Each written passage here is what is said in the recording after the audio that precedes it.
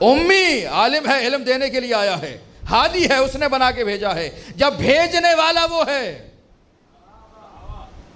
تو کیسے ہوگا کہ ایسا استاد بھیج دے جسے خود کچھ نہ پڑھنا آتا ہو؟ لکھتے نہیں تھے، پڑھتے نہیں تھے، آتا تھا۔ اگر خود لکھنے پڑھنے لگتے تو لوگ کہتے دیکھا ہم نے نہیں کہا تھا شاعر ہے۔ ظاہر ایسا بنایا۔ اور حیرت اور مزید ہے، جو قرآن لا رہا ہے اس کے بارے میں کہہ رہے ہیں ان پڑھ ہے، لیکن کسی نے آج تک حضرت آدم کے لیے نہیں کہا۔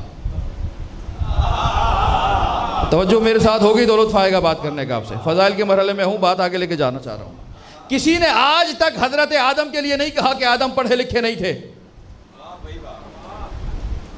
پڑھے لکھے تھے یا نہیں تھے؟ اچھا کیسے پتہ چلتا ہے کوئی پڑھا لکھا ہے یا جاہل ہے؟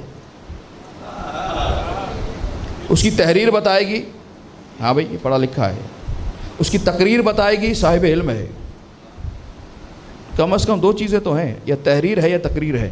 آپ نے کہا آدم عالم ہے، آدم کی تقریر سنائیں،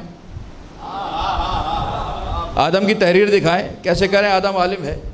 تو آدم عالم ہے، علم آدم الاسماء کلہا۔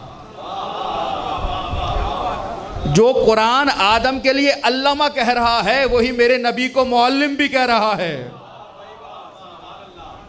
علامہ آدم کے لیے آئے تو قبول، نبی کے لیے یعلمہم الکتاب والحکمہ آ جائے تو تعویلیں کرتے پھرتے ہیں۔ آدم کے علم کی دلیل کیا ہے؟ کہ ایک دلیل ملی آدم کے علم کی، فرشتوں سے موازنہ ہوا، مقابلہ ہوا، فرشتے سامنے آئے، علم کا اظہار کرو آدم۔ کیا کیا آدم نے؟ آیتیں سنائی، قرآن سنایا، سورہ سنائے؟ نہیں، پنجتن کے نام بتا دیے۔